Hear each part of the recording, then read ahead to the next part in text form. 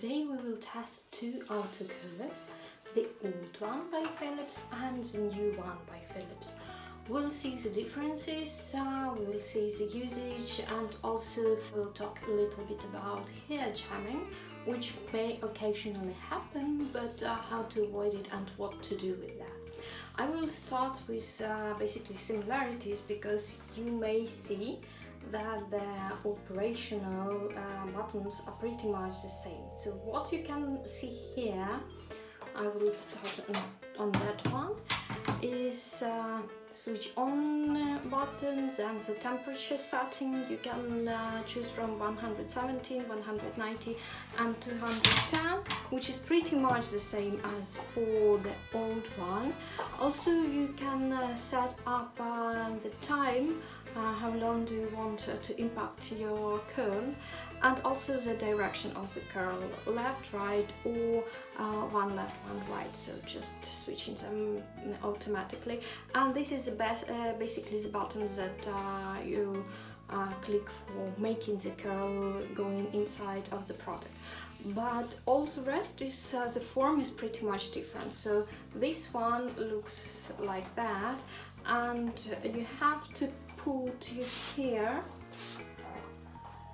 like this. I will show later on. So basically putting it like that. This one is a little bit different. So you position it from the top and then it goes inside. You also can see that the diameter of barrels are a little bit different. So this one is smaller, so I would expect that one to have a little bit different kind of curls, more curlier. This one might be more like a wave, because you can see the diameter here and here are quite different. So this one, it looks a bit safer for your hair because it has a wider window where you can see your hair. This one, this is basically all you can operate if your hair is jammed. So I will start with very basic thing, but unfortunately not very much people aware of it or making that, or somehow don't want to make it. So with each of the product you will find a warranty ticket and also an instruction. Instruction looks like pretty much big, but it actually has lots of languages in it. So the instruction itself is very simple, and I would really highly recommend to read it before you start using the product. Even if you think you know how to use the product, there are different tips and tricks how to get more of it, and also how to maintain the product.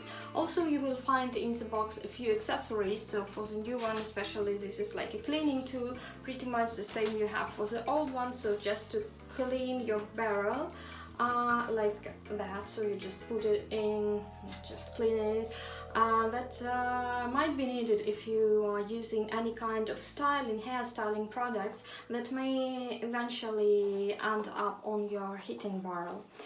But very important, the most important accessory you will find there is this one. So never throw it away, it's very useful one.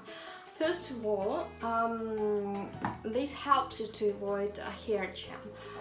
Why? Because this is basically, this small thing is to measure how much hair should you use for one curling session, let's call it like that. So just take it like that, measure it, it shouldn't exceed this little point there, and yes, this one is ready to go, so it's obviously enough.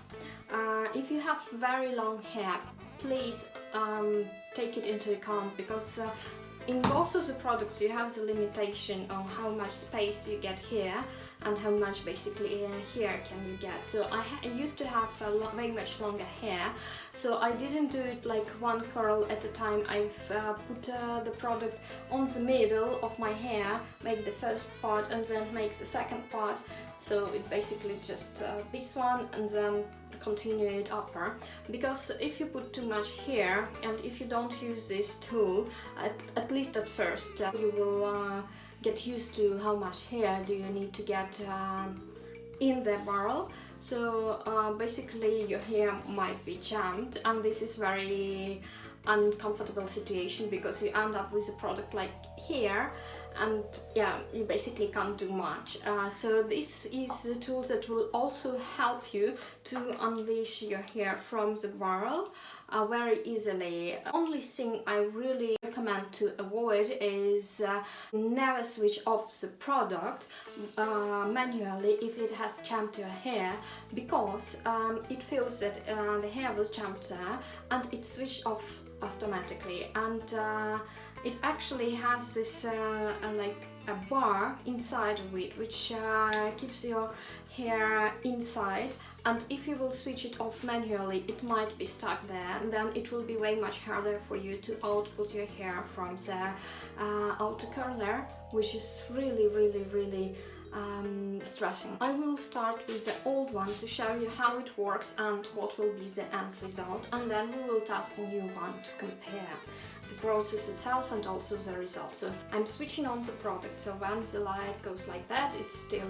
warming up. When it will be stable white light, it means that the temperature here has reached, upon my settings right now, is 170 degrees. So basically you can choose one of 3 settings, and 170 is more or less enough for me. So before you make any of the curls, I would highly recommend you to use the comb to pre-comb your hair. In this case it will also help you to avoid hair jamming, but also you will get smoother results because all your hairs will be in one direction. So I measure if I'm okay with this size. Yeah, it looks fine. So, and I'm putting like that. As my hair is quite short, so I would put it just near my head, and yeah, I press just the button. It beeps while it hits. So yeah, now it indicates that my curl is ready, and that is how it goes. So I will make a few more.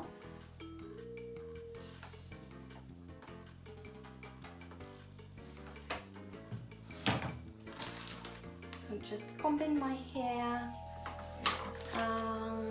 measuring it. So for me, I'm very used to what size of the hair should I take. So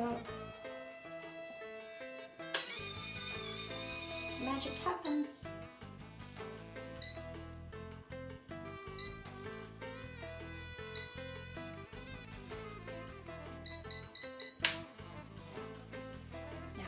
This one looks better.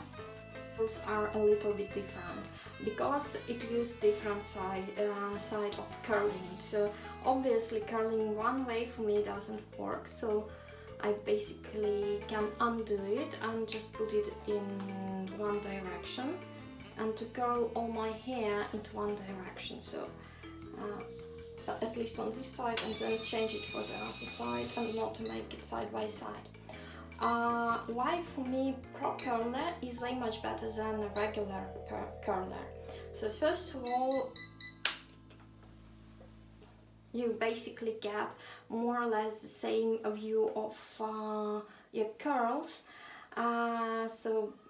It actually looks like very much of saloon one, because when I'm using a regular curler, I usually have it like very different and a little bit messy, because I can't actually regulate how much of hair I'm using, so or at least I need to put way much more effort. So these are some of my curls done with the old one, and now we will try the new one to compare the result and also easiness of use. This is a new one. It feels a little bit heavier, and also I'm pressing just on button and waiting for it to get ready for usage while warming up. So I'm putting the curl like that, a little bit different direction, and I have to keep the product in a little bit different way so you can see it. I'm pressing the button, so the sound is a little bit different. Yeah. So you need to wait until it starts beeping, not letting it go. So yeah, my curl is ready. Yeah, and we can see that the result is, well, it is a bit different, but obviously not dramatically different. So, and honestly saying, I prefer these waves a little bit more. For me it looks more what I wanted to have on my hair. And yeah, if you actually want it to be more curlier, then I think the old one is a better version, while the new one is really for like very nice waves.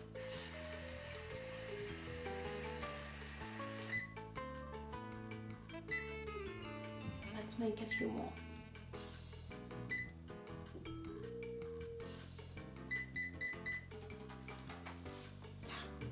I actually like this one way much more. Making it a bit more.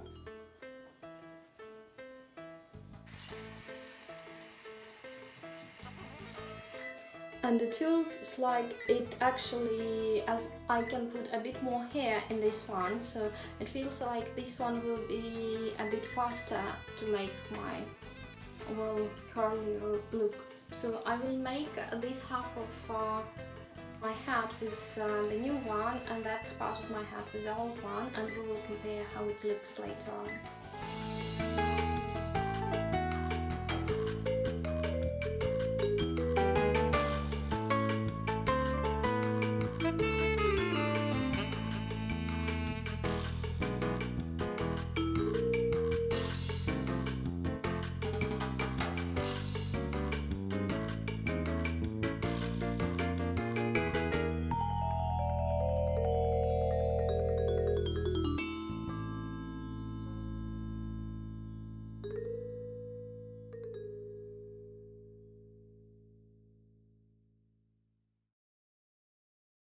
So my end conclusion is there are not much of a difference in between of the end result, so slight one, but I don't say it's very obvious.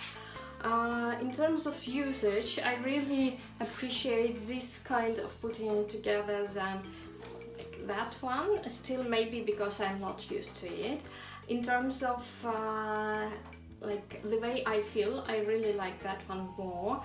And in terms of safety of usage, I really prefer this one because you have way much more of the barrel opened here, which I really appreciate. Once again, always read the instructions and yeah, never throw away this little helper.